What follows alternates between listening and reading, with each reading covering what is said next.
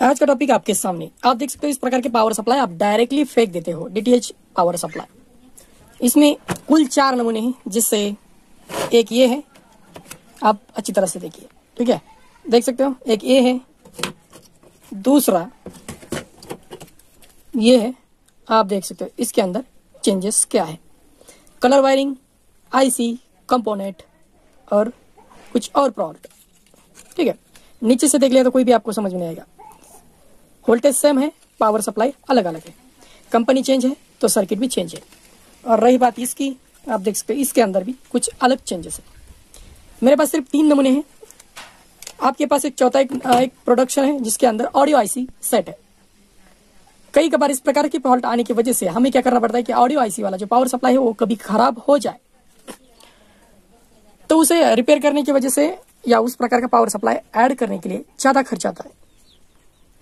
खर्च बढ़ेगा, इनकम कम होगी। पावर सप्लाई अगर हम मार्केट से खरीदेंगे तो 55 या 100 के बीच में आपको मिलेगा। कंपनी पर डिपेंड होता है कि इसका प्राइस क्या होगा, प्राइस फिक्स नहीं है। यहाँ पर देख सकते हो कंपोनेंट फ्यूज डायरेक्ट है, यहाँ पर ठीक है थोड़ा अलग है, ये निकल भी सकता है और बैठ भी सकता है, इसे डायरेक्ट शोल्ड किया है। तो सिचुएशन आज की क्या है, आपने थंबनेल पर देखा है। आपको मैं बता रहा हूँ कि किस पावर सप्लाई का कौन सा पार्ट कहाँ पर लगेगा।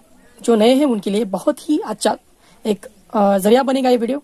जो पुराने हैं उनको अगर पता नहीं है, वो फेंक दे रहे हैं direct new power supply add करके, तो उनके लिए भी ये अच्छा होगा।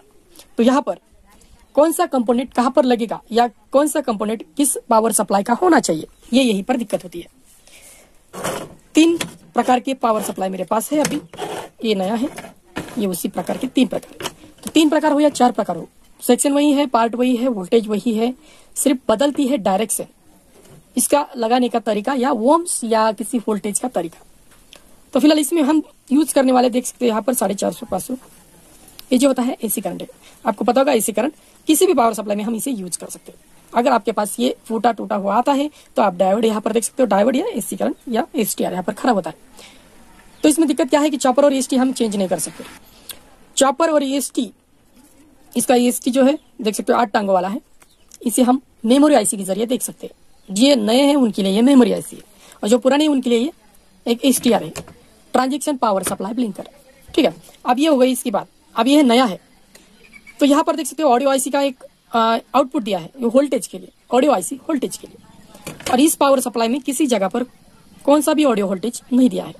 और यहाँ पर एक जीनर दिया है जिसका 5 वोल्टेज जो है 3.3 वोल्ट कंट्रोलर करता है। इसके अंदर वैसा कुछ भी नहीं है, स्पेशल 3.3 वोल्ट यहाँ पर एडजस्ट होता है। 5 वोल्टेज अलग और 3.3 वोल्ट अलग।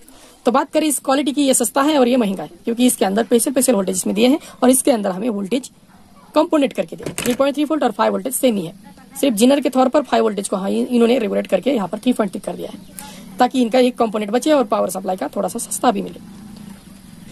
बात यहाँ पर कौन से कंपोनेंट हम यहाँ पर लगा सकते हैं। सिर्फ आपके पास अगर एसटीआर खराब आता है, टूटा हुआ चॉपर खराब आता है, तो आप ये 2 चीज छोड़ के बाकी सब चीज इसका यूज कर सकते हैं। जैसे कि यहाँ पर आप देख सकते हो 1000 माइक्रोफाइट और 10 वोल्टेज, ये कंडेंसर किसी भी सेक्शन में मिलता है आपको। इस सेक्शन में किसी और जगह पर हो सकता है, देखो यहाँ पर 25 वोल्ट है, यहाँ पर है वो 10 माइक्रोफाइट। और दूसरी सेक्शन की बात करें तो यहाँ पर देख सकते हो इस वाले सेक्शन पर वोल्टेज उसी प्रकार से है। 3.3 वोल्टेज के लिए ये जाना जाता है 10 वोल्ट 1000 माइक्रोफाइट। कंपोनेंट वही है, सिर्फ बात यही है कि छोटे मोटे पार्ट यहाँ पर लगाए। देख रहे हो यहाँ पर ये है फ्यूज, इसका है ये फ्यूज बड़ा, कौन से वाला, इसका, ठीक है। मतलब चेंजेस सिर्फ क्या है, इसके सर्किट के चेंजेस से आपको समझ में नहीं आएंगे, इसीलिए मैं बता रहा हूँ। इसमें से अगर कोई भी प्रॉब्लम आपको आता है तो आप किसी भी पावर सप्लाई का कंपोनेंट यूज कर सकते हो, किसी भी पावर सप्लाई में। ये होगा इसकी फर्स्ट बात।